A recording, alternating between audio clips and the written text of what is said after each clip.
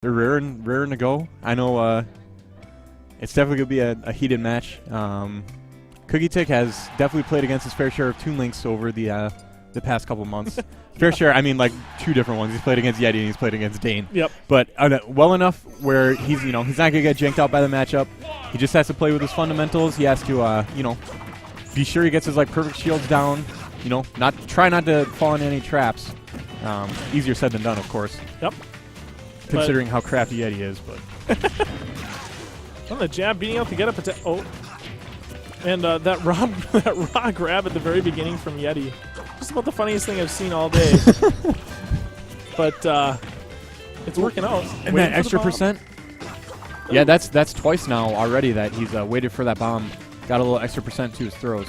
Yes. And that nice Ike neutral air, just covering like roll behind. You're just not safe on either side. No. And it combos. Yeah, and it's a good option, like to cover options on the ground, but also to cover things like in the air.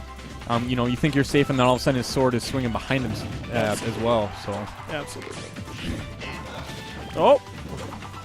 Yeah, it'll be interesting to see how how Yeti's able to abuse that up B from Ike.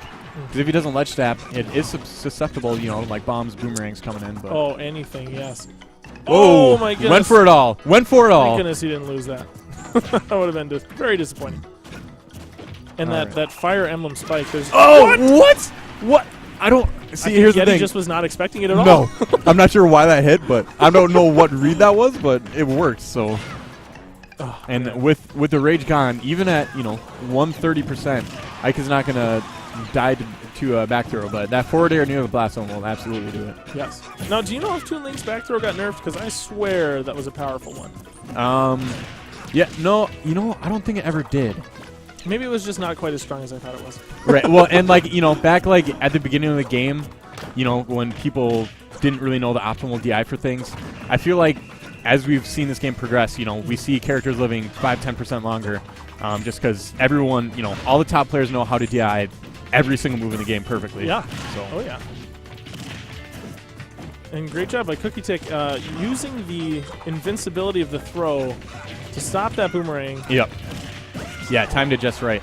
So a lot of times you'll, you either do it too early and then get hit by the boomerang. All of a sudden your throw's broken up, or too late and then you won't get a punish or follow up off the throw. But yes, right now Cookie has, he's got a lot of ground to make up, but all it takes is a couple beefy hits from Ike's sword.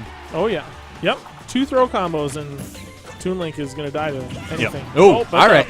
And those are some really good, just kind of short hops, just waiting to see, for an opening that Cookietic would drop a shield. Yep. And he did it and landed that up air, and there goes game 1. Oh yeah. So. And when you got so many projectiles throwing, out in the air everywhere, it's so hard, even if you're above them and there aren't any in the immediate vicinity, to not shield. Because you've been conditioned the entire match to do so. Yep. So yeah, I think if Cookietic had maybe kind of jumped up or something, he could have been out of the range where Yeti wouldn't have gone for another. Right. But at the same time, how do you really tell? Right. You can't. Oh. Definitely the thing. I love that that preemptive up air coming from Yeti, catching that jump. Oh. Okay. Thought we were going to see a nice little grab. But that was a very good drift by Yeti and his air dodge. Toon Link can drift quite easily through that, can he? Yeah, they don't have, these characters definitely not the most mobile in the air, so I feel like, there's not. He went so far out for that. Whoa! All right. Oh, no. No. Oh. Yeti had the idea, or Cookie. Yeti just waited a little bit too long. Yep.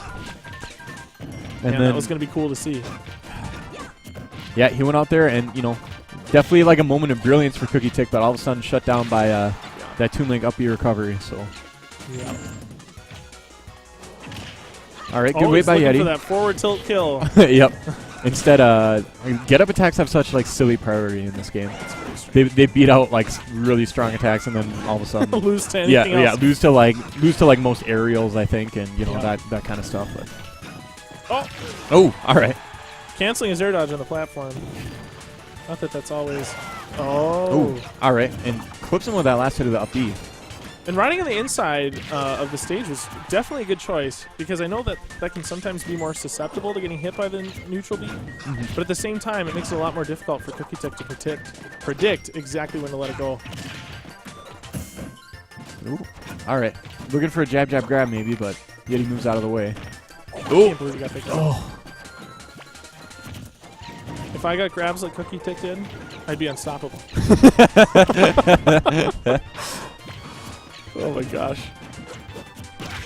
Oh, and the back air. Yep. Keeping him alive for this That back air game 2. probably would have killed him 30% earlier, but, you know, whatever gets the job done. And this is Cookietic's winner's stock here.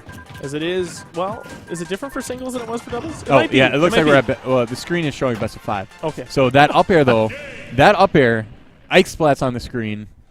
I do believe we'll be seeing a game 3. Will we see a quick 3-0 coming from Yeti, or will Cookie make the proper adjustments? What do you think he really needs to do to clutch his next game? I think he just needs to kind of wait outside a little bit more because Yeti's content to just kind of camp his projectiles and, you know, just kind of like sit there. But you can see how kind of Cookietic starts coming in, and then every once in a while Yeti will just kind of he'll either get a quick hit in, or he'll just kind of go back. And I think Cookietic, if he's a little bit less predictable when he goes in, not that he is being predictable, but if he just kind of like waits just a little bit, I think it can kind of confuse Yeti enough to let out a projectile at an unsafe time or grab a bomb. Yeah, and definitely. And there he did. He just waited, yep. And then Yeti rolled, and he got that down tilt. Ooh, all right. And I like how he turned that, you know, disadvantage state into all of a sudden an advantage for him, using that pretty quick down tilt to, you know, link together some percent, and he's found himself in a 30% lead here. So. Yep, and Yeti recovering back to the edge. He just holds down so he doesn't grab the edge, and he gets that last little hit on Cookietic. Every little bit of damage helps, and then you don't have to worry about okay, didn't drag him that far. 99% post hit. He is soaring into that right blast zone. Especially when he's nice pivot grab. Oh, and Cookie always trying to be so cheeky with that footstool down air. I think it's going to be tough for that to work on a Toon link. All right, yeah. One that flies so hard. And the worst part when you go for that follow up is that if you don't land the down air, you don't get any percent because footstools don't. I mean, I like the idea, and it's definitely like if you land it, you can get a really big follow up. But and so here you can see Cookietic just waiting. He's waiting for that down tilt, and there he got it. And that's the thing. Toon link is oftentimes used to being able to throw out projectiles pretty safely without getting punished. But Ike's sword definitely reaches a great length, and we'll be able to punish him from maybe a farther distance than Yeti's used to. Yes. Oh, all right. That bomb fair. Yep.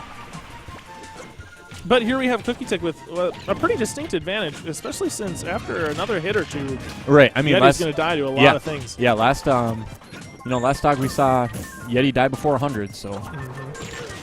Oh, all right, and that when the grab and the move and a hitbox clank,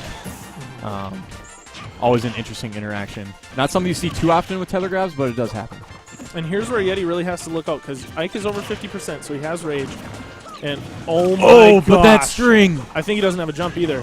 All right, we'll make it. But the boomerang saved his life. Oh my gosh. And all right, Cookie maybe expected him to not finish that jab. Yes. Oh, and the late up air not strong enough. Yep. Oh, all right. All of a sudden, disadvantage to Yeti, but we got Cookietic with stage positioning. Yeti able to make it. Oh, good. Beautiful.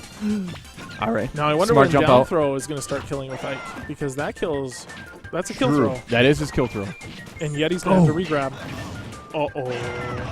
Oh, and the reverse up B. Yeti will take it. The quick 3-0. And that all started from Cookietic went for a runoff fair. And sometimes it's best to just stay on stage and try to beat him that way because if you whiff off stage, all of a sudden you're in a really bad position. Yeah. And like we saw there, Toon link is a character. Reverse that up B. That's a strong hitbox that did bring him to his death. So really smart stuff by Yeti. A heads up play. A lesser Toon link maybe would have not be reversed it, and then Ike would have been fine or able to tech. Yeah. But really smart stuff. There's nothing Cookie could have done after he was caught in that up B. Yeah. So. And to speak to what you said about running off and fairing, like Cookietic had all the power in the situation. You know, Yeti was forced to come back to the stage and then deal with Ike's sword, which a neutral air probably would have killed him at that point.